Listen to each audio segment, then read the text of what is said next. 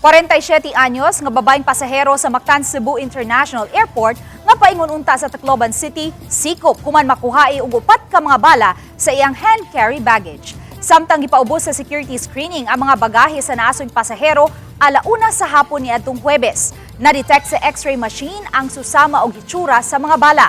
Aron masiguro gisusi ang bagahe sa naasoy babay nga pasahero sa mga sakop sa Office of Transportation Security nga gisaksihan usab sa mga sakop sa PNP Aviation Security Unit.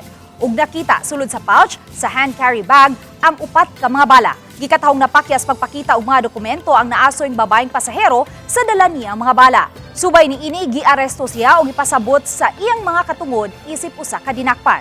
Kasong kalapasan sa Republic Act 10591 Comprehensive Law on Firearms and Ammunition ug kalapasan sa COMELEC gun ban ang pasakang kaso bato kaniya. Napaubos na siya sa inquest proceedings niadtong Biyernes ug karong adlaw gikatakda na siyang mupiyansa. Sa pagkutlo ning balita, wala pa makuha-i og habig ang babaeng dinakpan kinsa gikatahong mulupyo raw sab sa Lapu-Lapu City ug HR manager sa usa ka kompanya.